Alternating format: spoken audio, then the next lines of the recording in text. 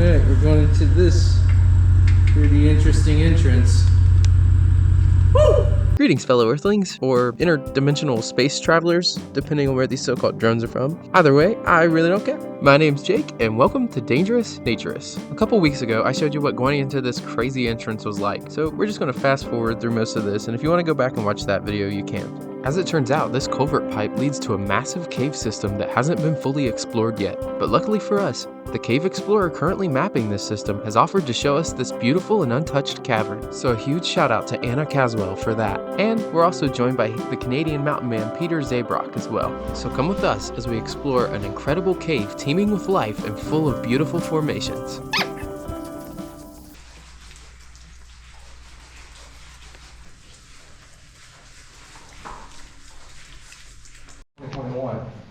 Was bright orange and black. You can still see some.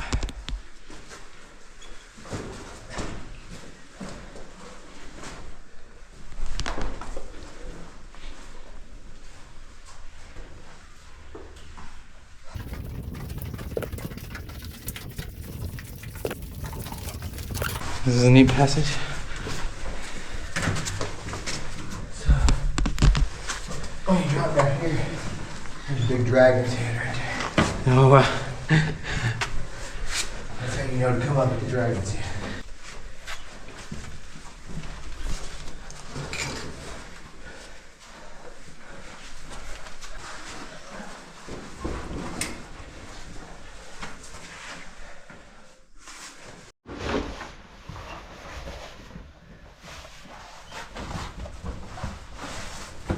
Now we're here. It actually gives the formations kind of an iridescent glow. Wow. Huh.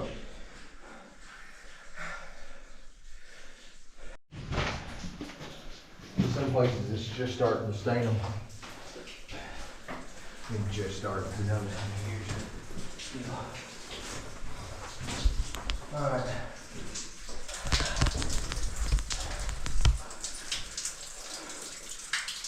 Wow. When the water's heavy, just right here is flowing.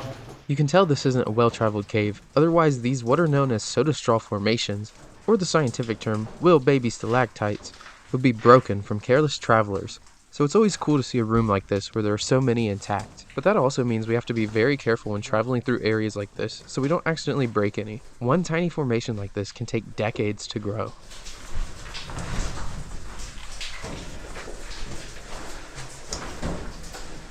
Our first video ever. Wow. That's...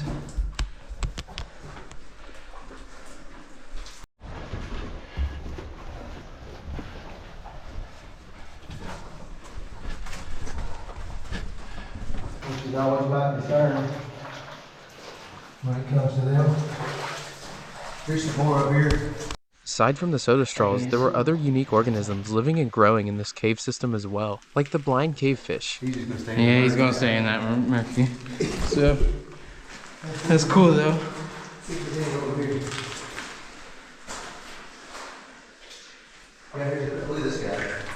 He's like 3/4 of an inch. If he's a half, Oh, tiny. he's about 3/4.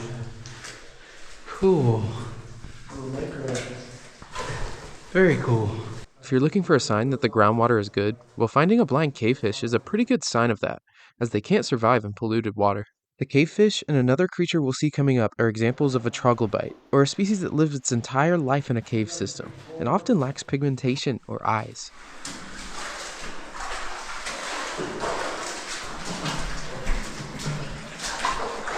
Oh, that's a big one.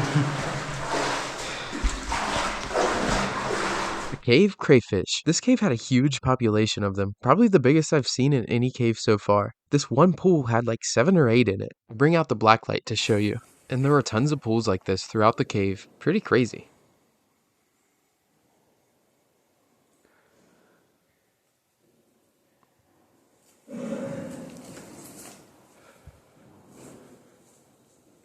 But taking pictures and messing around with the light got me left behind, so I had to hurry to catch up.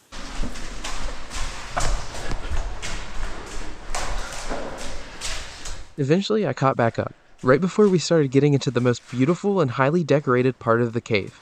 But before that, we decided to take a little rest, and Anna told us about a time she'd been exploring the cave, and the water had risen nearly to the ceiling in the spot we were now sitting in. Pretty scary. But I think it was sunny when we went in, right? Wild shit. Oh yeah, there it is. There's a hell of a lead right here off this. It's never been pushed. A place in the cave that no one's explored yet? Yeah, I was a little intrigued. So of course I'd volunteer to squeeze down in it. Check it out if you want. I come back in here a little bit, just take a peek.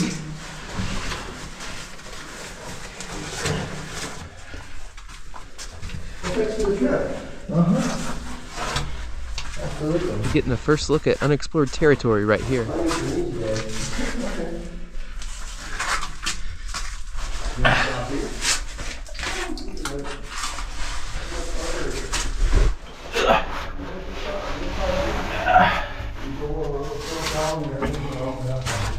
Unfortunately, it was blocked off, but still pretty exciting. It don't go. Don't go? No. Alright. It does go, but not for a human. That's a bummer. Looked exciting too. It goes left here. So if there's another way. Huh. See, I was thinking this thing was deeper. We continued on our way and made it to the most beautiful part of the cave.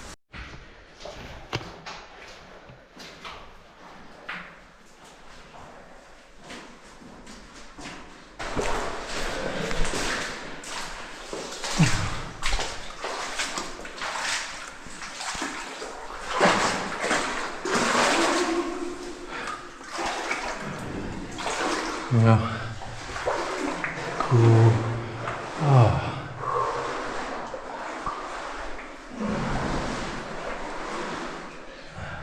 Beautiful.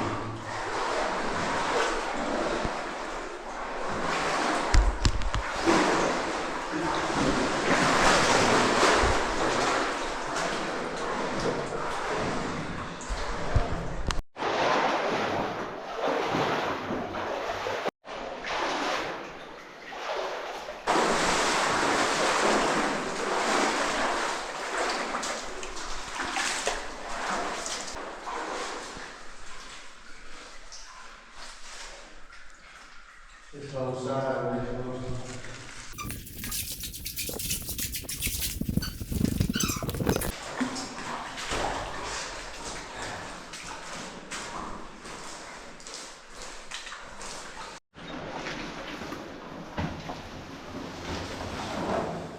Woo!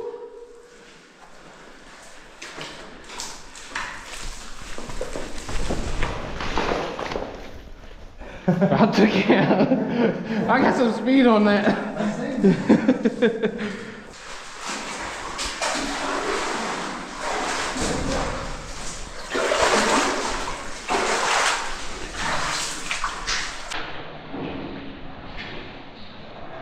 Wow.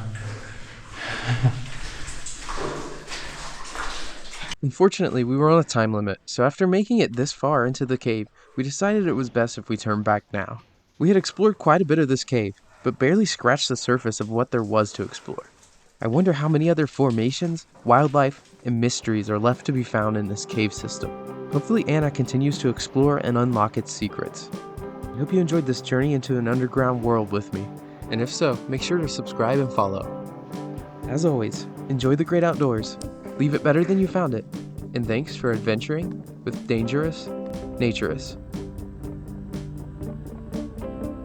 And here's a strange plant we found growing without light a mile or two into the cave.